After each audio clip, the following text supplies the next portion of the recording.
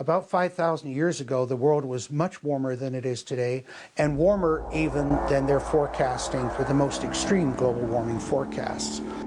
The motions of sin, the way it spreads through the body. Now, of course, the first sins came through teaching, and they accepted it through teaching.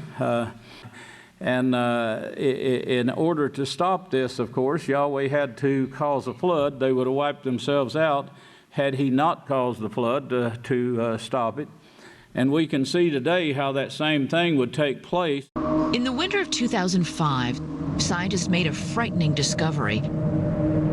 Increasing global temperatures were causing the Greenland ice sheet to melt at an alarming rate.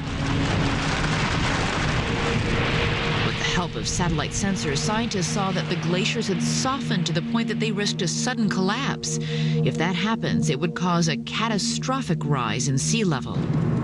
If the Greenland ice sheet melts entirely, that's 20 feet of sea level rise.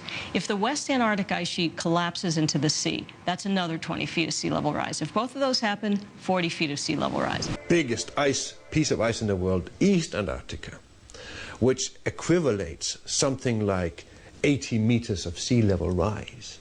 If Greenland and Antarctica melted tomorrow, simple arithmetic tells us that the sea levels globally then would increase by about 100 meters.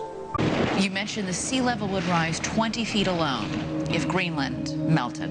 How does that affect the world? In China, 250 million people would be underwater, almost the entire nation of Bangladesh. It's even been speculated that if the sea level rise occurred fast enough, some major cities might have to be abandoned, like for instance London, because it's too complex and too expensive to build the seawalls as high as are necessary. Are you going to build a wall 25 meters high around Florida? I don't think so.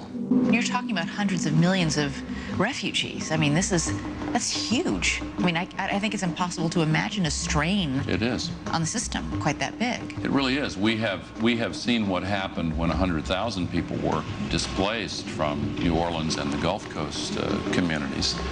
And it's difficult to imagine a couple of 100 million.